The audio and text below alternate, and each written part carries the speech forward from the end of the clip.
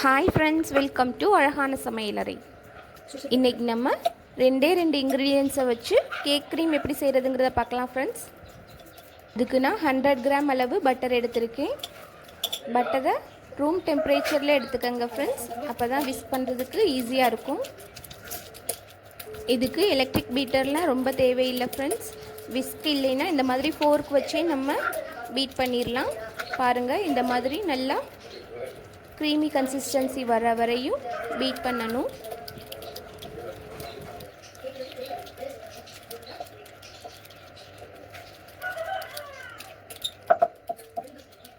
இந்த அளவுக்கு பீட் பண்ணதுக்கப்புறம் இதை ஃப்ரிட்ஜில் ஒரு 10 நிமிஷம் வச்சுருந்து எடுத்துடலாம் ஃப்ரெண்ட்ஸ். இப்போ ஃப்ரிட்ஜிலிருந்து எடுத்தாச்சு. திரும்ப அதே மாதிரி பீட் பண்ணணும். எலக்ட்ரிக் பீட்டர் இருந்தால் ஒரு 10 நிமிஷத்தில் ஈஸியாக வேலை முடிஞ்சிடும் ஃப்ரெண்ட்ஸ். ஃபோர்க் வச்சு பண்ணுறதுனால எக்ஸ்ட்ரா ஒரு 10 மினிட்ஸ் ஆகும், அவ்வளோதான்.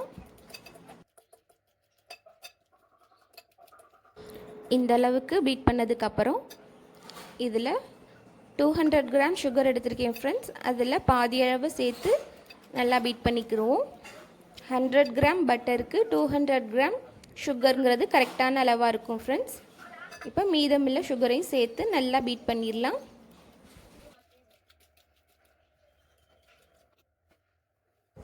பாருங்கள், சுகர்லாம் நல்லா மெல்ட் ஆகி பட்டரோடு சேர்ந்துருச்சு.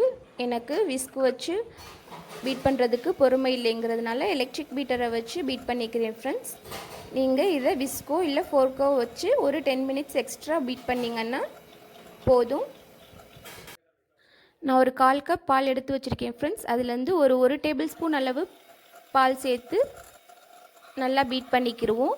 அப்போ தான் க்ரீமி கன்சிஸ்டன்சிக்கு வரும், இல்லைன்னா கொஞ்சம் திக்காக இருக்கும் ஃப்ரெண்ட்ஸ், அதுக்காக தான்.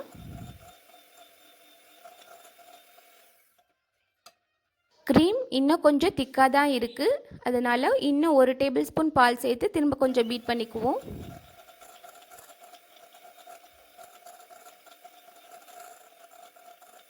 உங்களோட க்ரீம் கன்சிஸ்டன்சியை பார்த்து எந்த அளவுக்கு பால் தேவையோ அந்த அளவு சேர்த்துக்கங்க ஃப்ரெண்ட்ஸ். நான் மீதமுள்ள பாலையும் சேர்த்து நல்லா பீட் பண்ணிக்கிறேன். இந்த க்ரீம் ரொம்பவே டேஸ்ட்டாக இருக்கும் ஃப்ரெண்ட்ஸ், கேக்கோடு வச்சு சாப்பிடையில். பேக்கரியிலலாம் பட்டர் க்ரீம் யூஸ் பண்ண மாட்டாங்க, வனஸ்பதி யூஸ் பண்ணி தான் க்ரீம் யூஸ் பண்ணுவாங்க.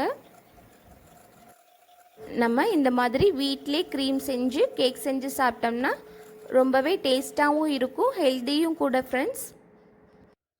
இப்போ இதில் 1/4 teaspoon salt, 1/4 teaspoon vanilla essence சேர்த்துக்கிறேன். உங்களுக்கு எந்த ஃப்ளேவர் வேணுமோ அந்த எசன்ஸ் சேர்த்துக்கங்க ஃப்ரெண்ட்ஸ். இன்றைக்கி நான் வெனிலா க்ரீம் கேக் செய்கிறதுனால வெனிலா எசன்ஸ் சேர்த்துருக்கேன். நான் அன்சால்ட்டட் பட்டர் எடுத்துருக்கிறதுனால சால்ட்டு கொஞ்சமாக சேர்த்துருக்கேன் ஃப்ரெண்ட்ஸ். அதே இது நீங்கள் சால்ட்டட் பட்டர் எடுத்துருந்தீங்கன்னா அதில் சால்ட்டு சேர்க்க தேவையில்லை. இது ஹோம்மேட் பட்டர் ஃப்ரெண்ட்ஸ். பட்டர் எப்படி எடுக்கிறதுங்கிறத நான் நெக்ஸ்ட் வீடியோஸில் அப்லோட் பண்ணுறேன். இப்போ பாருங்கள், நம்மளோட க்ரீம் ரொம்பவே சூப்பராக ரெடி ஆயிருச்சு. நல்ல க்ரீமி டெக்ஸ்சரில், நல்ல ஸ்டிஃபான டெக்ஸ்சரில் கிடச்சிருக்கு ஃப்ரெண்ட்ஸ். இதை இன்னொரு பவுலுக்கு மாற்றிடுவோம். 100 கிராம் பட்டர்லேருந்து நம்மளுக்கு இந்தளவு க்ரீம் கிடச்சிருக்கு ஃப்ரெண்ட்ஸ். 100 கிராம் பட்டர் ஒரு 50 ருபீஸ் தான் இருக்கும். நம்ம பட்டர் வாங்கி வீட்டிலே ஈஸியாக கேக் க்ரீம் ரெடி பண்ணிடலாம் ஃப்ரெண்ட்ஸ்.